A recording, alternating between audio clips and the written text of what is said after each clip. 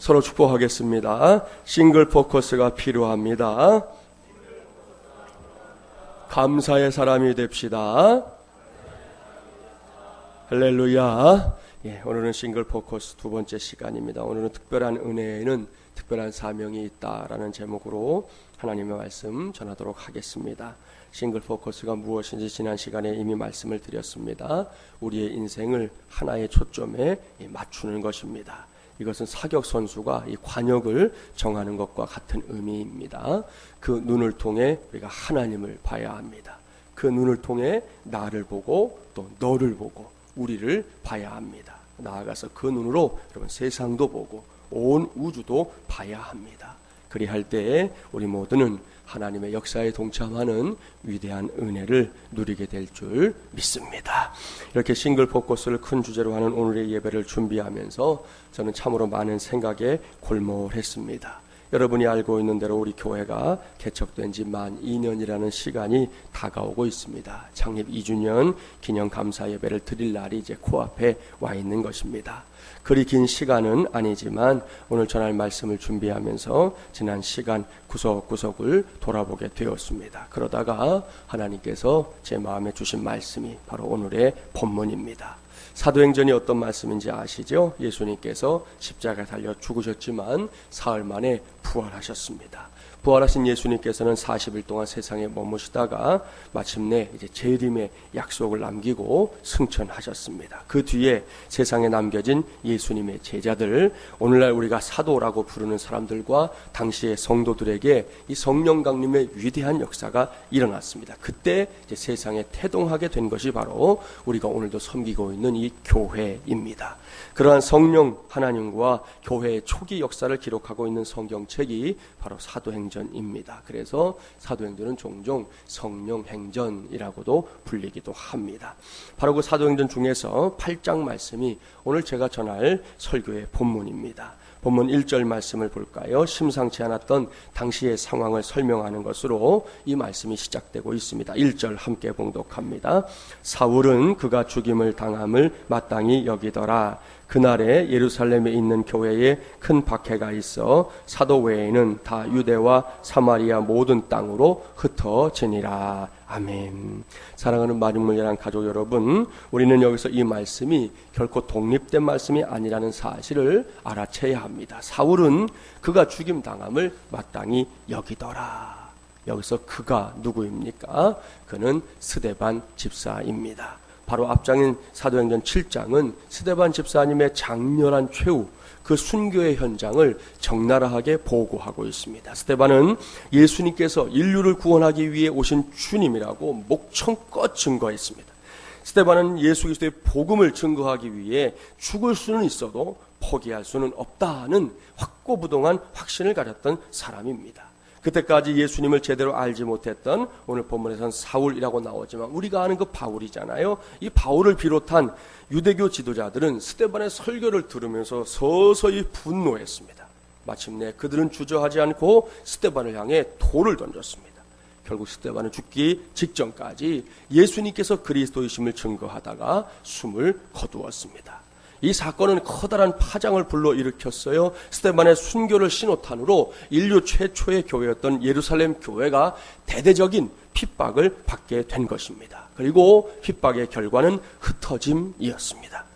여기까지 전개된 상황을 전제하고 저는 여러분과 함께 사도행전 2장으로 거슬러 올라가 보려고 합니다. 사도행전 2장은 아시죠? 성령 강림의 역사를 기록한 장입니다.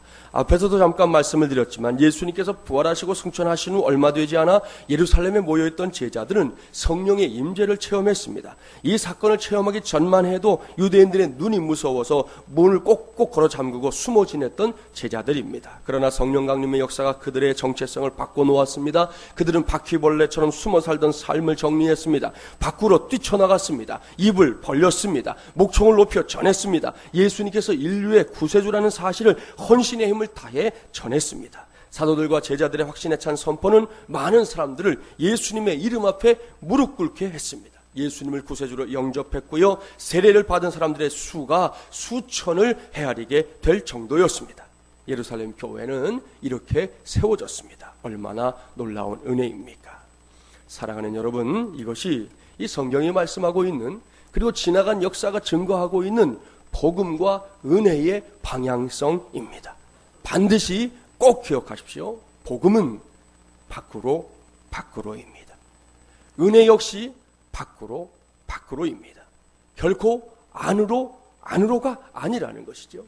예루살렘 교회를 필두로 해서 지난 2000여 년의 기독교 역사를 통해 세워졌던 교회들을 보십시오.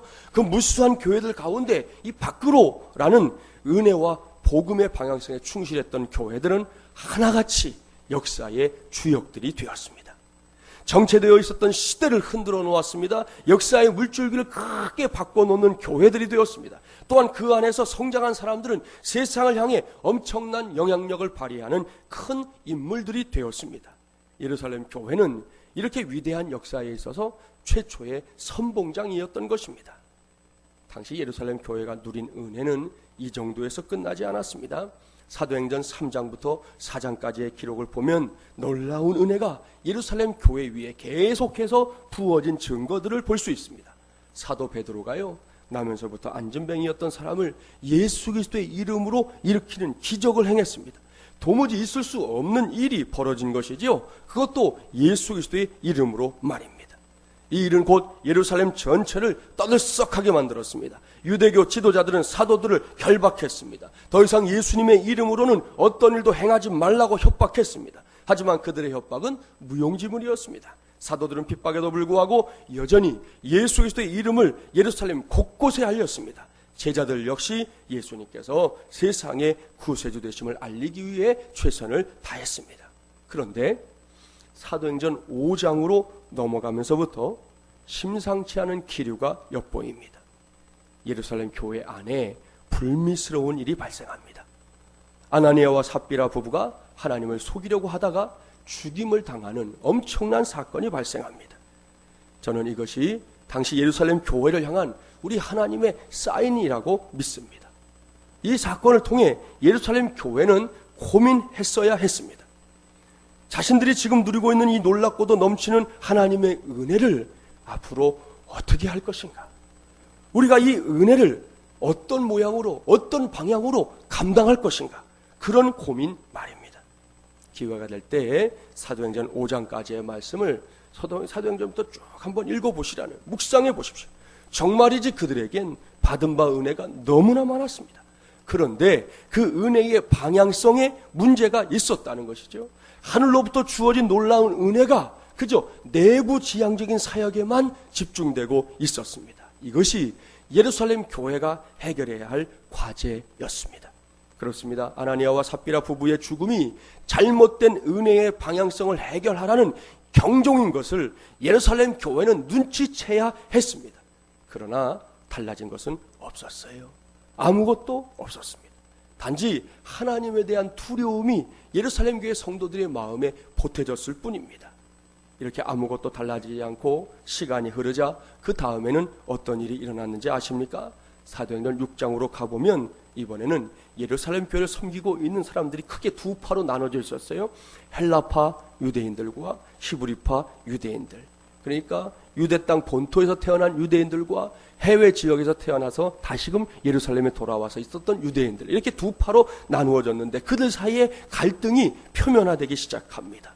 서로 자기들에게 속한 과부들을 더 많이 구제하려고 하는 일이 벌어진 것이죠. 쉽게 말하면 팔이 안으로 굽지 어떻게 밖으로 굽느냐라는 생각이 예루살렘 교회의 성도들 속에 자리를 잡기 시작한 것입니다.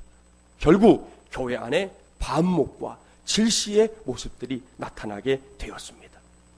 이 일로 인해 최초로 7명의 안수 집사님들이 세워지는 긍정적인 일도 있었지만 여전히 예루살렘 교회는 답보 상태를 면하지 못했습니다.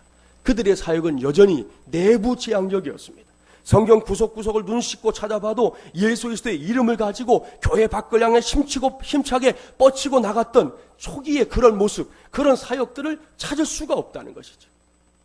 이때 내부 지향적인 사역에 몰입되어 있던 예루살렘 교회 안에 그와는 정반대의 방향으로 움직이는 한 사람이 등장합니다. 그가 스데반 집사님이에요. 사도행전 6장 8절과 9절 한번 봉독해 볼까요? 196쪽 사도행전 6장 8절과 9절입니다. 함께 봉독해 보겠습니다. 스데반이 은혜와 권능이 충만하여 큰 기사와 표적을 민간에게 행하니 이른바 자유민들 즉 구레네인 알렉산드리아인 길리기아와 아시아에서 온 사람들의 회당에서 어떤 자들이 일어나 스데반과 더불어 논쟁할세. 아멘. 여러분 보십시오. 스데반은 교회 안에만 머물러 있는 사람이 아니었습니다. 그는 교회 밖으로 나갔습니다. 그곳에서 예수님의 이름을 증거했습니다. 예수님의 이름으로 능력도 행했습니다. 이러한 스데반의 사역이 무사무탈하게 이루어진 것은 아니었습니다. 많은 반대자들이 생겼습니다. 특히 유대교 내에서 스데반은 반드시 죽여 없애야 할 사람이 되고 말았습니다. 결국 그는 유대인들의 손에 의해 죽임을 당했습니다. 그러고 나서 오늘의 본문인 사도행전 8장 1절이 시작되는 것이에요. 사울은 그가 죽임당함을 마땅히 여기더라. 그날에 예루살렘에 있는 교회에 큰 박해가 있어 사도 외에는 다 유대와 사마리아 모든 땅으로 흩어지니라. 이 말씀에 저와 여러분이 잔뜩 긴장하고 들어야 할 메시지가 있어요. 보십시오. 스데반이 죽었습니다. 그의 죽음을 계기로 그동안 내부 지향적인 사역에 몰두해왔던 예루살렘 교회에는 커다란 핍박이 다가왔습니다. 그 결과가 무엇입니까? 성경을 잘 보셔야 돼요. 사도들 몇몇 사람을 제외하고 대다수의 사람들이 예루살렘을 떠나 유대와 사마리아 각 지역으로 흩어지게 되었다는 것입니다. 사랑하는 마중물이란 가족 여러분, 바로 여기에 우리 하나님의 섭리가 있습니다. 하나님의 놀라운 계획이 이 사건 속에 들어 있습니다. 또한 우리 시대의 교회들이 반드시 커다란 교훈으로 삼아야 할, 오늘 한국 교회에 말이 많지요, 문제가 많지요, 이유가 있어요. 여러분, 그냥 그런 것이 아니에요. 이 시대의 교회들이 반드시 들어야 할 커다란 교훈이, 그 메시지가 이 말씀 속에 있습니다. 예루살렘 교회가 어떤 교회입니까? 예루살렘 교회는 수천을 헤아리는 사람들이 세례를 받고 그들이 교회 안으로 들어오는 놀라운 부흥을 체험한, 그야말로 하나님의 은혜로 세워진 교회입니다. 그것도 그저 그런 은혜가 아니에요. 하나님의 은혜 중에서도 아주 특별한 은혜를 힘입은 교회라고 분명하게 말씀드릴 수 있습니다. 동의합니까? 여러분 아시잖아요. 그래요. 분명합니다. 그런데 그들의 현 주소가 뭐냐는 것입니다. 은혜 중에서도 아주 특별한 은혜를 받은 그들이 지금 뭘 하고 있느냐는 질문입니다. 반복해서 말씀을 드렸어요. 예루살렘 교회는 내부 지향적인 사역에만 집중하고 있었다는 것이죠. 이것만이 예루살렘 교회의 주된 사역이었습니다. 이러는 것이죠. 가만히 앉아 있어도 많은 사람들이 교회로 모여들다 보니 교회 밖으로 신경을 쓸 필요가 별로 없었던 것이죠. 느끼지도 못했던 것이죠. 하지만 여기서 본문을 세심하게 들여다보십시오. 그것은 하나님의 뜻이 아니에요. 하나님의 뜻은 다른 곳에 있었습니다. 자, 본문으로 돌아가서 4절 말씀 함께 봉독해 볼까요? 4절입니다. 그 흩어진 사람들이 두루다니며 복음의 말씀을 전할세. 아멘. 할렐루야. 내부지향적인 사역에 급급해 있던 예루살렘 교회를 스스로 하지 않으니까 하나님께서 핍박을 통해, 박해를 통해 흩어버리셨습니다. 그랬더니 거기서 하나님의 뜻이 새롭게 세워지고 있습니다. 예루살렘 교회의 성도들이 흩어질 수밖에 없는 상황이 되자 비로소 자신들의 사명을 발견한 것입니다.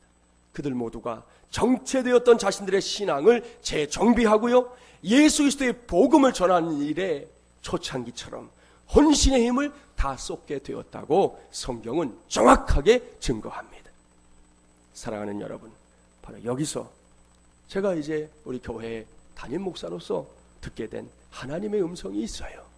그것은 특별한 은혜에는 특별한 사명이 있다. 바로 이것입니다. 할렐루야. 이것이 제가 듣게 된 하나님의 음성이에요. 동시에 저와 여러분이 오늘 붙잡아야 할 싱글 포커스입니다. 그렇습니다. 예루살렘 교회는 세워질 때부터 아주 특별한 은혜의 터전 위에 세워진 교회였습니다. 하나님께서 할 일이 없어서 그렇게 역사하셨겠습니까? 아닙니다. 그렇다면 당시에 세울 만한 교회가 예루살렘 교회밖에 없었던 것일까요? 아닙니다. 하나님께서는 예루살렘 교회 말고도 얼마든지 하나님의 교회를 세우실 수 있습니다. 결코 착각하면 안 됩니다. 함부로 어깨를 으스댈 일이 아니라는 것이에요. 오늘 한국 교회 안에 정말 불필요하게 어깨를 으스대는 교회들이 있어요. 착각하면 안 돼요. 함부로 그럴 수 있는 교회는 이 세상 천지에 단 한 교회도 없습니다. 그렇기 때문에 물어야 한다는 것이에요. 왜? 도대체 왜? 하나님께서 예루살렘 교회를 세우셨을까? 하나님께서 굳이 예루살렘 교회를 위해서 그렇게 놀라운 은혜, 그렇게 특별한 은혜를 베푸신 이유가 도대체 뭘까? 그걸 물어야 한다는 것이에요. 거기에는 그만한 이유가 있었습니다. 꼭 기억하십시오. 그들로 하여금 특별한 사명을 감당하기 위해서입니다. 그것이 하나님께서 예루살렘 교회 위에 특별한 은혜를 베풀어 주신 가장 궁극적인 이유입니다.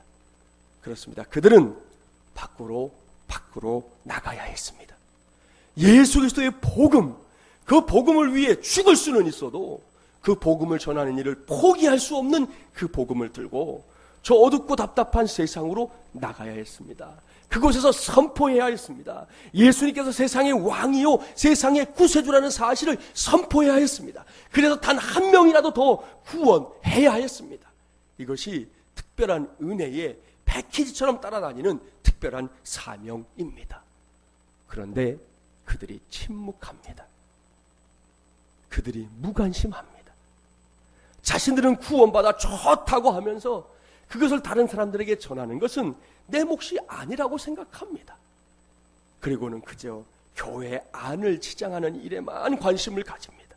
자나깨나 내부치양적인 사역에만 몰두하고 있습니다. 결국 하나님께서 직접 예루살렘 교회에 손을 대시잖아요. 핍박이 닥쳤습니다. 침묵으로 일관하면서 자신들의 배만 두드리고 있었던 사람들을 일시에 흩어버리셨습니다. 그제야 사람들이 복음과 은혜의 방향성을 제대로 이해하게 되었습니다.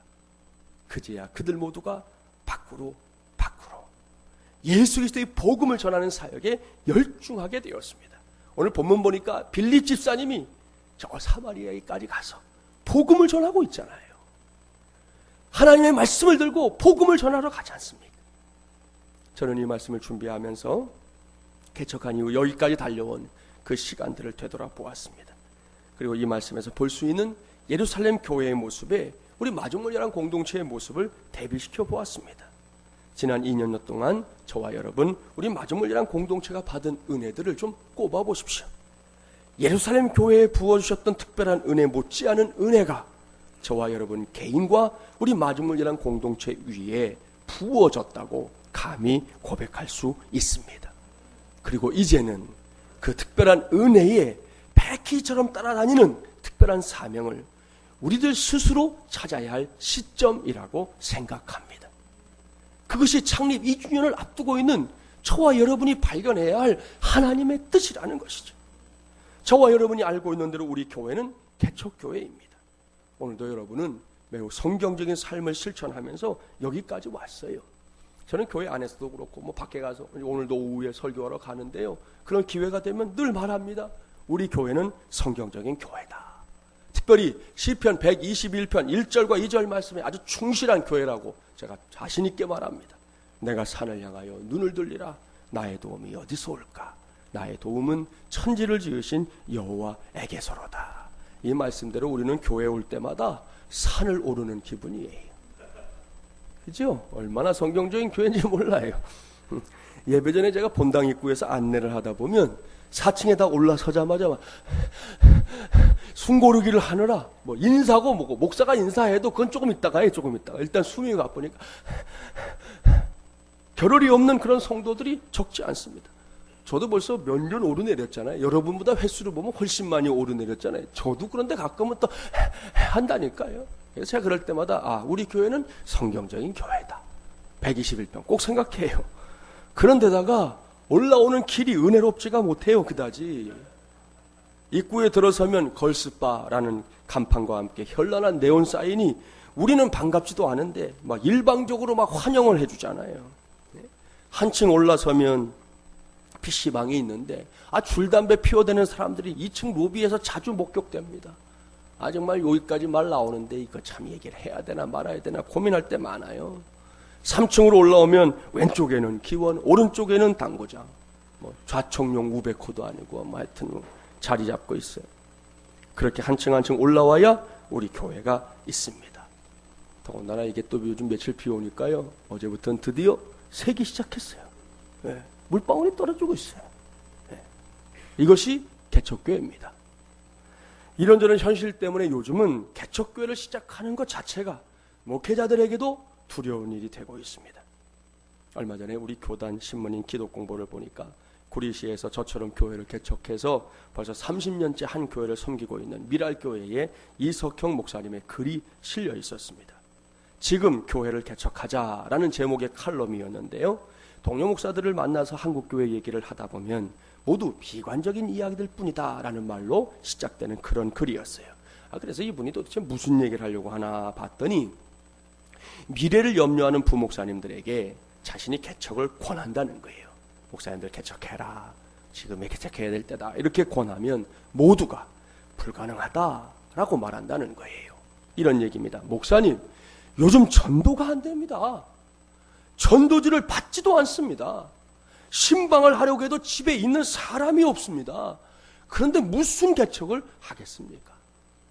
제가 어제 우리 노회에 이전하는 교회가 있어서 순서를 좀 기도해달라고 해서 갔다 왔는데, 그 교회 갔더니 어제 설교하러 오신 목사님이 또 그분도 그러더라고요. 개척교회 어렵다, 다 그렇게 얘기한다. 어제도 그러더라고요. 부목사님들이 이렇게 하여튼 말하면 이석경 목사님이 이렇게 대답한다는 거죠. 그래? 그러면 젊었을 때 직업을 바꿔라. 희망이 없는 곳에 인생을 걸 필요가 있는가? 라고 말한다는 거예요. 이석경 목사님은 그 글에서 단언해서 말합니다. 지금이 전도하여 교회를 세울 수 있는 최적기라고 말입니다. 그러면서 시대마다 상황들을 생각해 보자는 겁니다. 외정시대 주기철 목사님, 손양원 목사님이 목회하실 때, 고종 황제 대원군 시대, 네로 황제와 도미티안 황제 시대, 사도행전 시대, 어느 때가 도대체 쉬웠느냐는 것이에요. 냉정하게 말해서 그래도 지금은 매 맞고 감옥 가고 죽임당하는 그런 시대는 아니지 않느냐는 것입니다. 그런데 왜 이렇게 안 된다, 못한다 하는 말이 무성하냐는 것이에요. 저는 이러한 이석형 목사님의 주장에 전적으로 동의하는 목사입니다. 제가 교회 개척을 준비할 때에도 이 목사님이 들었던 이야기와 유사한 이야기들 많이 들었어요. 지금은 개척교회가 안 되는 시대라는 거지요. 괜히 생고생, 좀 더 심한 표현을 쓰면 개고생하지 말고 기성교회 알아봐서 임지를 옮기라는 거예요. 나름대로 다 저를 생각해서 해준 말들이지요. 하지만 저는 그런 말들에 동의할 수가 없었습니다. 무엇보다 기성교회에서의 목회를 나름대로 경험한 제 안에 성경이 말씀하고 있는 교회, 바로 그 교회를 세우고 싶다는 열망이 있었습니다. 기성교회 가면 그것이 어려우니까, 싸워야 하니까, 치열하게 다퉈야 하니까, 그런 거 말고 성경이 말씀하는 그 교회를 시작부터 해보는 건 어떤가 하는 그런 열망이 있었어요. 그렇게 해서 시작된 것이 바로 우리 교회 마중물예람 교회입니다. 그렇게 시작된 우리 교회의 지난 날들을 돌아봅니다. 시작부터 지금까지 은혜 아닌 것이 없습니다. 겉으로 볼 때 이제는 제법 많은 마중물예람 가족들이 이 교회 안에 세워지게 된 거, 이것은 놀랍고도 만극한 하나님의 은혜입니다. 특별히 지난 주일 오후 삼중주로 드려진 예배 시간에 다시금 확인했지만 지금 우리 교회 안에 아이들이 얼마나 많아졌는지 몰라요. 처음 예배 드릴 때를 떠올리면 요즘 아이들 보는 것 자체가 은혜예요. 저 뒤에서 아이들이 하는 그 모습만 봐도 감격스럽고 하나님 앞에 감사의 눈물을 흘리지 않을 수가 없어요. 최근에는 셋째 아이가 태중에 있는 가정도 생겼고 이제 막 둘째가 들어선 가정도 있어요. 지금 자녀를 위해 기도하는 가정들이 있는데요, 기왕이면 이러한 여세를 몰아서 그 모든 가정들에게도 하나님께서 자녀의 선물을 풍성하게 주시기를 주님의 이름으로 축복합니다. 최근에 등록한 새 가족들을 보십시오. 아주 중요한 특징이 확인됩니다. 먼저 마중물예람의 가족이 된 우리 성도들을 통해서 그들이 전도해서 등록을 시킨 경우도 있지만 스스로 이 광립빌딩 4층까지 올라와서 함께 예배를 드리다가 등록하는 경우들이 최근에 적지 않습니다. 지난 새가족 환영회 때 앞으로 나와 간증을 했던 한 새가족은 1년 전에 요 앞 사거리를 지나가다가 우리 교회를 파두었답니다. 그랬다가 몇 개월 전에 자기 발로 이제 찾아와서 우리 가족이 된 분인데요. 1년 전에 봤을 때 바로 왔어야 했는데, 그랬다면 훨씬 더 많은 은혜를 받았을 텐데, 잠깐 다른 곳으로 이렇게 돌아오느라고 시간 낭비한 것이 이제는 너무나 아깝다고 그렇게 나와서 고백하시더라고요. 이분이 모자 만드는 공장을 하시거든요. 이번 농촌송교에 200-300개 내놓겠다는 거에 전도로 쓰시고, 우리 성도들도 나눠요. 여러분, 그게 이렇게 허접한 게 아니에요. 브랜드예요, 브랜드. 예? 브랜드 모자를 내놓으시겠다는 거예요. 그렇게 고백하더라고요. 그런가 하면 또 한 새가족은 우리 교회에 처음으로 나오기 전에 그분도 지나는 길에 우리 교회 이름을 봤다는 거예요. 이 새가족이 집이 어디냐면 419 탑 앞이거든요.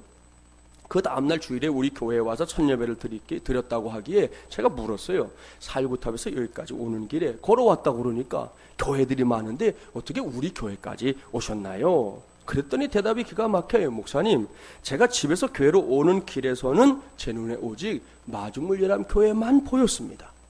그런데 희한하게도 예배를 마치고 돌아가는 길에 보니까 교회들이 많던데요. 올 때는 우리 교회만 보였다. 이건 제가 만든 말이 아니고 그분 얘기니까. 우리 교회만 보였는데 돌아가면서 보니까 여기저기 교회들이 많이 있더라는 것이에요. 이렇게 대답한 이 새 가족은 그 다음 주일에, 그러니까 우리 교회에 두 번째로 출석한 주일에 바로 등록을 했습니다. 할렐루야. 사랑하는 마중물이란 가족 여러분, 지금 우리 교회는 이렇게 특별한 은혜를 누리고 있는 중입니다. 오죽하면 사람들이 우리 교회에 와보면 꼭 그래요. 개척교회 아니네, 그렇게 말해요. 그럼 저는 항상 그래요. 아니야, 개척교회야, 그렇게 말해요. 아무튼 얼마나 감사한 일입니까? 그런데 오늘 우리 교회가 그런 소리를 들을 만큼 이룬 이 부흥과 성장은 절대로, 여러분 정말입니다, 절대로 목회자 개인의 능력이 아니에요.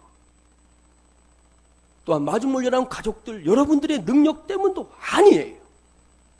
오로지 100% 하나님의 은혜입니다. 하나님의 특별하신 은혜가 이 강북 지역 중에서 우리 마중물예람 공동체 위에 그저 부어진 것 뿐입니다. 믿습니까? 따라서 하실까요? 모든 영광 하나님께, 모든 영광 우리 주님께. 할렐루야. 네, 그렇습니다. 이것만이 저와 여러분이 이 시간에 할 수 있는 고백의 전부예요. 정말로 모두가, 단 하나도 빠짐이 없이 모두가 다 하나님의 은혜이기 때문입니다. 그리고 저는 그 특별하신 은혜가 어느 시점 즈음에서 멈춰버리는 것이 아니라 계속해서 우리 마중물예람 공동체를 통해 흐르게 되기를 소원합니다. 진정으로 이 교회가 세상에 존재하는 내내 그 특별하신 은혜가 우리 공동체를 통해 흐르게 되기를 소원합니다. 제가 은퇴를 하고 아직 주님이 안 오시면 교회가 더 존재할 거 아니에요. 후임자가 와서 목회를 하고, 그렇게 해도 계속해서 그와 같은 역사가 이어져 가기를 소원하는 것입니다. 반드시 그렇게 증거되기를 소원합니다. 시간이 흘러갈수록 더해져 가기를 소원합니다. 무엇보다 저는 이 소원이 목회자 개인의 소원으로 국한되지 않기를 바랍니다. 우리 마중물예람 공동체에 속한 모든 식구들의 소원으로 자리매김되기를 주님의 이름으로 축복합니다. 그렇게 되기를 원한다면 이 시간에 꼭 싱글 포커스로 초점을 맞춰야 합니다. 특별한 은혜에는 특별한 사명이 있다. 바로 여기에 말입니다. 여러분이 알고 있는 대로 지난 금요일부터 우리 교회에서는 본격적인 여름 사역이 시작되었습니다. 모든 사역들이 하나님의 은혜를 체험하는 시간과 공간이 되기를 간절히 바랍니다. 그 중에서 이달 말에 시작되는 2013년도 농촌선교를 비롯해서 우리 안에서 이루어지는 모든 아울리치 사역들, 밖으로 나가는 사역들은 특별한 사명을 더 잘 감당하려고 하는 우리 공동체 전체의 몸부림이라는 것을 알아야 합니다. 정기적으로 실시되는 마중물 전도대 사역과 예랑제 마찬가지입니다. 우리 모두가 이러한 사역들을 통해 사람들이 아닌 하나님께 반드시 보여드려야 할 것이 있어요. 그것은 지금 우리가 누리고 있는 이 특별한 은혜에는 특별한 사명이 있다는 사실을 우리 공동체 전체가, 마중물이라는 가족들 전체가 철저하게 인식하고 있습니다라는 것을 보여드려야 된다는 것이에요. 하나님 그게 내 사명인 거 저 알고 있어요. 하나님 그거 우리 부서의 사명인 거 우리가 알고 있어요. 하나님 그 사명이 우리 목장의 사명인 거 우리 목장 식구들이 다 알고 있어요. 그것을 하나님께 보여드려야 된다는 것이에요. 그게 우리가 해야 할 일입니다. 그렇습니다. 개인적으로 누리고 있는 특별한 은혜가 있습니까? 거기에 특별한 사명이 있어요. 우리 마지못이란 공동체 위에 부어지고 있는 특별한 은혜가 보입니까? 거기에도 특별한 사명이 있습니다. 그 사명 중에서도 최우선적인 사명은 생명구원의 역사를 위해서 몸부림치는 것, 바로 이것입니다. 저는 담임 목사로서 저와 여러분이 이 공동체 안에서 철저하게 훈련되고 준비된 다음에 그 사명의 현장으로 뛰어들게 되기를 간절히 바랍니다. 특별한 사명을 향한 우리의 행진이 결코 중단되지 않기를 바랍니다. 그저 몇몇 사람들만을 위한 것이 아니에요. 우리 모두의 몫입니다. 이번에도 우리는 그 사명을 따라 저 포천시 군내면 유교리로 진군하려고 합니다. 이번만이 아닙니다. 사명을 따라 움직이는 우리의 사역은 앞으로도 우리 교회 안팎에서 계속되어야 할 줄 믿습니다. 이런 갈망이 제 안에 있기 때문에 저는 예루살렘 교회가 경험했던 이 안타까운 경험이 우리 공동체의 경험이 되지 않기를 간절히 바랍니다.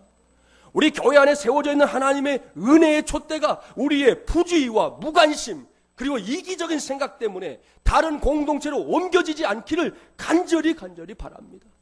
그래서 당부합니다, 여러분. 특별한 은혜 안에 숨어있는 특별한 사명을 계속해서 능력 있게 감당해 냅시다. 그래서 하나님의 기대에 충분히 부응하는 빠짐없이란 공동체가 됩시다. 그때 우리는 보게 될 것입니다.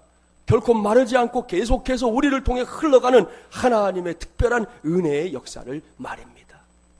여러분, 지금 주신 은혜가 그저 우리가 가만히 있는데도 계속되는 건 아니에요. 하나님이 훅 불면 끝나는 거예요. 하나님이 씩 옮겨가시면 끝나는 거예요. 아무리 열망을 해도 한번 옮겨진 것은 돌아오는 것이 결코 쉬운 일이 아니에요. 우리가 그저 소원한다고 해서 그 일이 이루어지면 얼마나 좋겠어요. 그러나 그런 것이 아니라는 거 우리가 정말 명심하고 우리 교회를 하나님의 말씀대로 하나님이 주신 그 은혜를 사명으로 감당하는 교회로 세워야 할 줄 믿습니다. 서울여대 인문학부 교수로 재직 중인 장경철 교수님의 저서 가운데 축복을 유통하는 삶이라는 책이 있어요. 장 교수님이 말씀하는 인간의 존재 목적이 있습니다. 그것은 하나님의 은혜와 사랑을 유통하는 것. 그것이 우리의 존재 목적이라는 거예요. 이런 관점에서 보면 모든 그리스도인들은 유통업자입니다. 그렇습니다. 우리는 결코 자기 배만 불리는 사람들이 아니에요. 철저하게 내가 누리고 있는 하나님의 은혜와 능력을 유통시켜서 보다 많은 사람들이 나와 동일한 은혜와 능력을 누리는 존재들이 되게끔 하는 것. 이것이 바로 모든 그리스도인들의 사명이라는 것이죠. 장 교수님의 글 일부를 읽어드립니다. 인생이 유통하는 것에 따라서 달라진다는 것을 깨닫게 되었습니다. 유통업에 종사하면서 많이 나아진 제 모습을 발견합니다. 흔히 잘못된 원인을 가정 환경이나 교육 환경에 돌립니다. 과거에 잘못한 것 때문에 인생이 안 풀린다고 생각합니다. 하지만 그렇지 않습니다. 아직 하나님의 사랑과 말씀을 유통하지 못했기 때문에 인생이 풀리지 않는 것입니다. 이전에는 그저 사람의 말만 듣고 유통했기 때문에 걱정과 염려가 끊이지 않는 것입니다. 문제가 있어도 하나님의 말씀을 유통하면 인생이 달라질 것입니다. 하나님의 말씀에 접촉하면 누구든지 새로운 인생의 지평을 맞게 됩니다. 말씀이 가서 닿는 곳마다 생명과 의로움, 사랑과 믿음이 창조될 것입니다. 할렐루야. 사랑하는 마지못이란 가족 여러분, 저는 저와 여러분이 장 교수님이 이야기하는 은혜의 유통업자들이 되기를 바랍니다. 지금 현재 특별한 은혜를 받고 있는 저와 여러분이 유통업자가 되기를 포기한다면 과연 누가 이 사명을 감당할 수 있겠습니까? 이제는 사람의 말만 유통하는 삶을 좀 정리합시다. 그런 거 이제 하지 말자는 것이죠. 그리고 하나님의 말씀, 예수 그리스도의 생명, 복음의 능력을 유통시키는 진정한 복음의 유통업자들이 되기를 바랍니다. 그리할 때 하나님께서는 우리를 통해 역사하는 것을 쉬지 않을 것입니다. 언제든 어디서든 예루살렘 교회처럼 그 유통의 흐름이 막혀버리면 안 됩니다. 계속해서 흘러가야 합니다. 이 시간에 서로를 축복하는 찬송을 부르려고 합니다. 짧은 찬송인데요. 한번 불러볼까요? 너는 그리스도의 향기라 라는 찬송인데 옆에 계시면 축복해 주시고 손도 한번 붙잡아 주시고 함께 찬양하겠습니다.